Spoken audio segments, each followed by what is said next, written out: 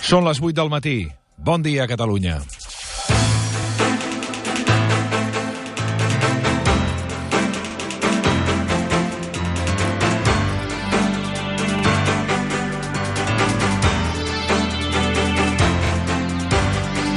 Això de la Generalitat Valenciana és per dir que ja n'hi ha prou. Hi haurà un dia que s'haurà de posar el límit a segons quines actuacions neofatxes de visió de la vida vuitcentista només per tocar la pera.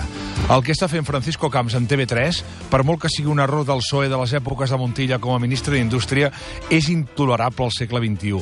És una qüestió d'evolució dels mitjans de comunicació i les seves multiplicades finestres. És un acte de la democràcia més primitiva, de normalitat absoluta.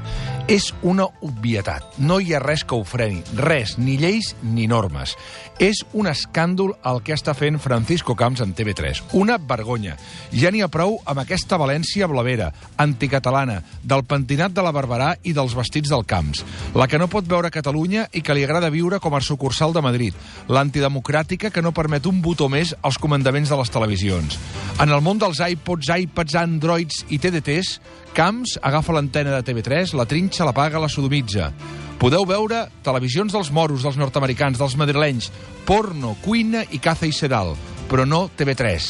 Els catalans som la pornografia televisiva, els que els hi fan mal, la seva lletania. Clic, apaguem-ho tot. Francisco Camps posa, ell sí, una porta al camp i tapa en negre TV3. L'ennegreix just abans que comenci el Polònia, quan ell és el Polònia. Aquesta broma de mal gust de l'Orange Market, del Gürtel, del Sastre i del Correa. Prou ja d'aquest pa que s'hi dona. Prou ja d'aquesta València de fallera del Paquito Chocolatero amb l'orquestra i cors de Ricardo Costa i Víctor Campos.